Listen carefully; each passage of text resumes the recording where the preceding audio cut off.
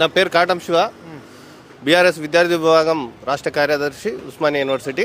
ఈరోజు భారతదేశంలో doctor BR Ambedkar గారు రచించిన రాజ్యాంగం నడుస్తూ ఉంటే, ఇవాళ తెలంగాణ రాష్ట్రంలో కేవలం రేవంత్ రెడ్డి రచించిన రాజ్యాంగం నడుస్తూ ఉన్నది చూస్తూ ఉంటే అక్రమ అరెస్టులు, అక్రమ నిర్బంధాలు ఎక్కడ చూసినా కానీ ఇవాళ డాక్టర్ ఎర్రల సీనన్న గారిని అరెస్ట్ చేయడానికి మేము ఖండిస్తూ ఉన్నాం. ఏ విషయంలో చేశారు ఎర్రల సీనన్న అరెస్టు? అది పోలీస్ స్టేషన్ విషయంలో. మొన్న పోలీస్ స్టేషన్లో కంప్లైంట్ ఇద్దామని బంజారాయిల్స్ పిఎస్కి పోతూ ఉంటే ఉన్నట్టుండి సిఐ అప్పటిదాకా ఆనే ఉన్నారు.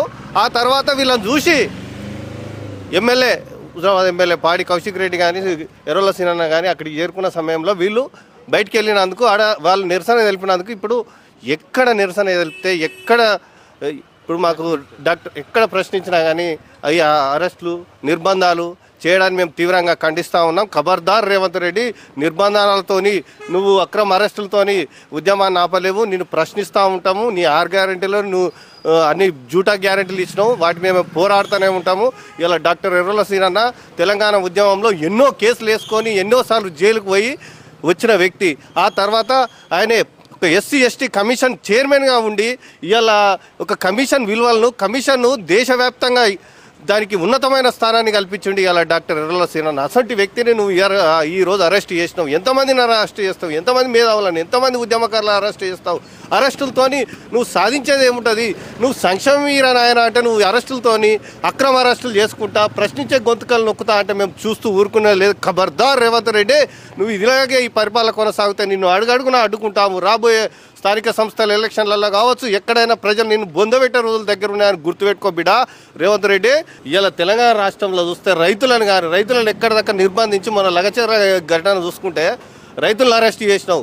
ఈ మళ్ళీ ఏమన్నా ఇప్పుడు 6 గ్యారెంటీల గురించి ప్రశ్నిస్తామని చెప్పి అసెంబ్లీ సెషన్లో ప్రశ్నిస్తామని చెప్పి ఇవాళ నువ్వు మా ఎమ్మెల్యేలను అరెస్ట్ చేస్తా ఉన్నావు, ప్రతిపక్ష ఎమ్మెల్యేలను అరెస్ట్ చేస్తా ఉన్నావు. ఇవాళ మొన్నదాకా సినీ హీరోను అల్లు అర్జున్ అరెస్ట్ చేసినావు, అది కొన్ని రోజులు డ్రామా నడిపించినావు.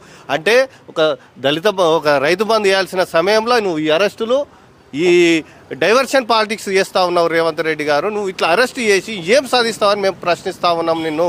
తెలంగాణ రాష్ట్రంలో నువ్వు అరెస్టులు చేసి నువ్వు ఇప్పుడు తెలంగాణ రాష్ట్రంలో హోంమంత్రి లేడు, హోంమంత్రి నీ కిందనే పెట్టుకున్నావు, నీ ఇష్టం ఉన్నట్టు ఆడిస్తున్నావు. నువ్వు విద్యాశాఖ మంత్రిని పెట్టుకోలే, విద్యాశాఖ మంత్రిని నువ్వే పెట్టుకున్నావు.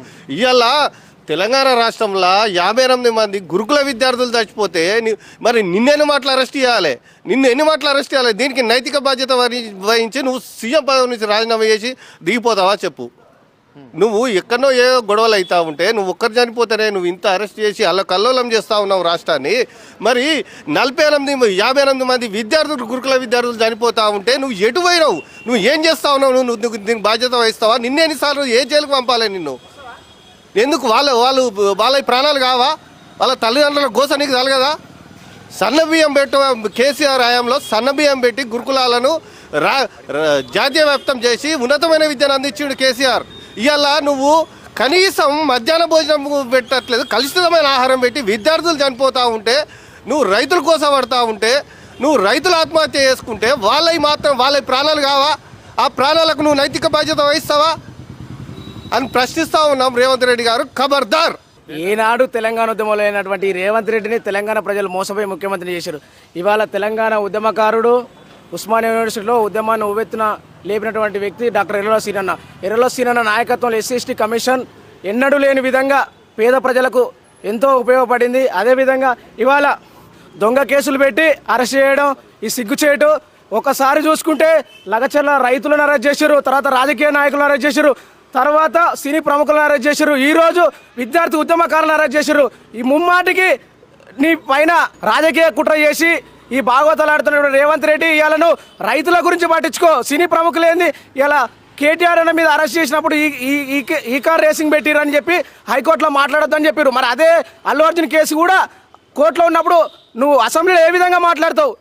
1 గంట టైం తీసుకున్న రైతుల గురించి మాట్లాడొచ్చు కదా. నేను గెలిపించింది రైతులు, విద్యార్థులు, నిరుద్యోగులు. నీకు ఓట్లేసి గెలిపించినందుకు నువ్వు చేసేది ఏంది? బ్లాక్మెయిల్ రాజకీయాలు అయ్యాలా? ఇలా ఉద్యమకారులందరినీ అరెస్ట్ చేయడం, గురుకులాల్లో 48 మంది విద్యార్థులు చచ్చిపోయారు, కనీసం పట్టించుకోలే. ఇలా నీ డైవర్షన్ పాలిటిక్స్ ఏందో అర్థం కాలేదు. తెలంగాణ ప్రజలు మోసపోయి ఓట్లేసి నేను గెలిపించారు, అదే ప్రజలు మళ్ళీ నేను గద్దె దింపుతారని కూడా తెలియజేస్తున్నాం. ఇదే విధంగా అరెస్టులకు పోతే ముందు ముందు ఎక్కడ చూసినా ఎక్కడికి పోయినా కూడా నిన్ను మాత్రం అడ్డుకొని తీరుతాం. ఇవాళ కాంగ్రెస్ ప్రభుత్వాన్ని పొందబెట్టే రోజులు కూడా ముందుంటాయని తెలియజేస్తాం. ఎక్కడ తీసుకుపోయారు ఎర్రల శ్రీనివాసుని? మీకు కనీసం మీకు ఏమన్నా information ఉందా? ఇవాళ ఎర్రల సీనన్న ఇంటికి 4 గంటలకు వచ్చి తలుపులు కొట్టే అంత ఏముంది? మావోయిస్ట్ ఏమన్నా చేసిండా? ప్రజల కోసం పనిచేసే వ్యక్తి. ఎస్సీ ఎస్టీ కమిషన్ ఏ విధంగా అభివృద్ధి చేసిండు, దళిత బడుగు బలైన వర్గాలకు ఉపయోగపడే విధంగా మంచి పనులు చేసిండు. ఇలా ఏం చేసిండని అరెస్ట్ చేసిన 4 గంటలకు పోవాల్సిన అవసరం ఏముంది? ఇలా ఇక్కడ మాసప్ ట్యాంక్ పిఎస్ తీసుకొచ్చి హాస్పిటల్ తీసుకుపోయి ఏడి తీసుకుపోయి కూడా తెలుసలేదు మాకు. మేము ఇక్కడే పిఎస్ దగ్గర ఉండి చూస్తున్నాం. మరేంది ముందు ఎట్లుండబోతుంది? విద్యార్థి నాయకులది కావచ్చు, రాష్ట్ర ప్రజలది కావచ్చు, బీఆర్ఎస్ శ్రేణులది కావచ్చు. ముందు మా కార్యాచరణ మా పార్టీ వర్కింగ్ ప్రెసిడెంట్ కేటీఆర్ అన్న, అదేవిధంగా గెలి శ్రీనివాస్ అన్న తీసుకునే విధంగా మేము నడుస్తామని తెలియజేస్తున్నాం.